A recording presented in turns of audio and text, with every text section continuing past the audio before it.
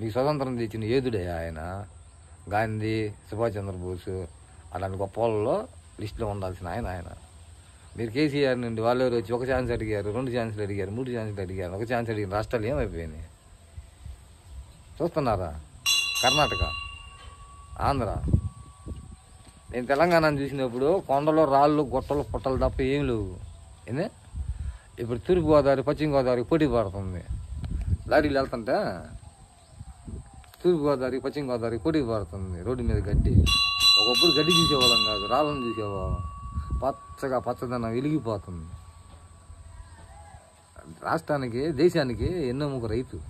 మన వ్యవసాయ దేశం, మన వ్యవసాయ ఆధారిత దేశం మనది.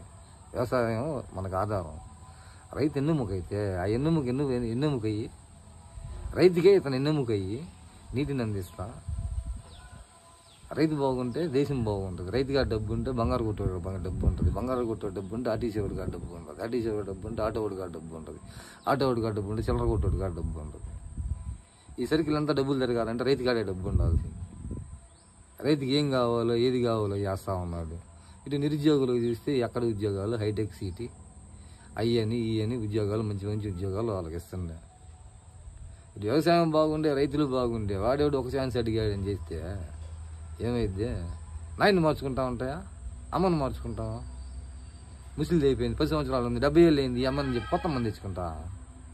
10 ఏళ్ళు పళ్ళు ఇచ్చాయని చెప్పి ఈయన వదులుకుంటా ఉంటాయి. నాయనయ్య ఆయన. ఏ రాష్ట్రమైనా నాయన లాంటి వాడు, పెద్దోడు, గొప్పోడు. గొప్పలాగా చెప్పాలి, గొప్పని అనాలి.